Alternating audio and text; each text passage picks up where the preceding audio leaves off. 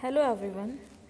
Today we will discuss the concept of delegated legislation. First of all, to understand the meaning of delegated legislation. Delegated legislation exactly होता क्या है? The term delegated legislation means when one legislative authorities delegate their powers to some subordinate authorities. Delegated legislation का simply means है जब कोई higher authorities delegate their power to their juniors or subordinate authorities. Now, the Constitution of India empowers the legislatures to make laws for the country. One of the significant legislative functions is to determine a legislative policy and to frame it as a rule of conduct. Because it is not possible for the legislature to perform all the functions themselves. So, in such situations, the delegated legislation comes into the pictures. Simply we can say that it is not possible that all types of functions are performed by only a legislative authorities. It is very essential that some of the powers to delegate their subordinates or some technical experts. Delegated legislation is one of the essential elements of our administration, whereby the executive has to perform certain legislative functions. Now, meaning of delegated legislation. Delegated legislation is also known as a secondary legislation plus subordinate legislation. Now, subordinate legislation is a process by which the executive authority is given powers by primary legislation to make laws in order to implement and administrate the requirement of their primary legislations. Clear to you? Then, needs for delegated legislation. Why we feel the need for delegated legislation when we already have a legislative authorities? Now, first reason is delegated legislation reduce the burden of already overburdened legislature authorities by enabling the executive to make or alter the law under the authority of legislature.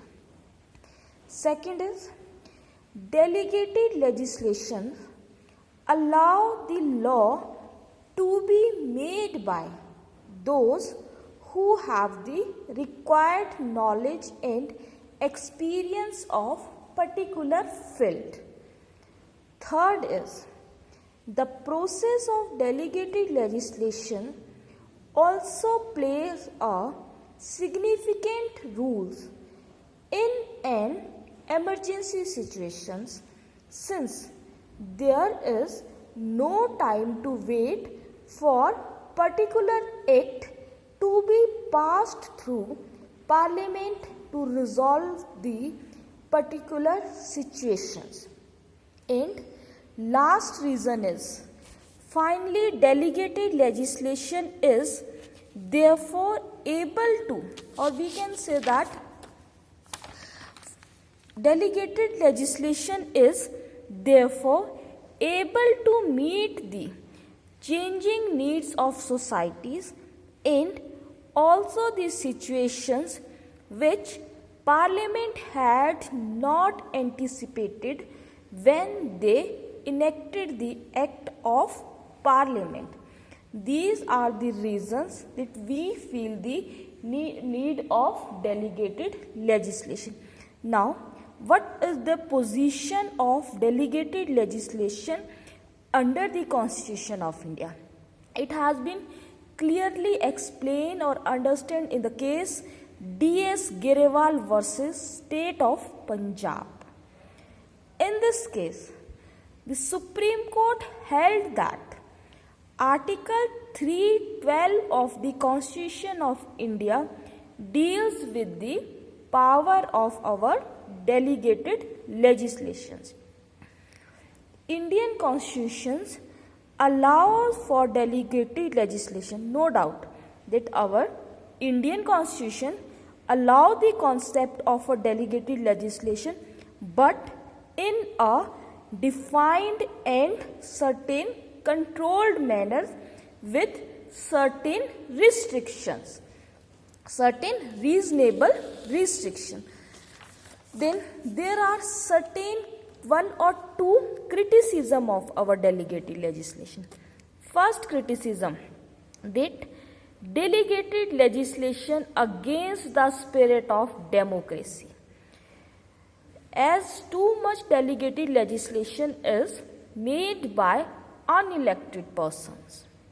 Second criticism, delegated legislation generally suffers from a lack of publicity, since the law made by a statutory authorities not notified to the public.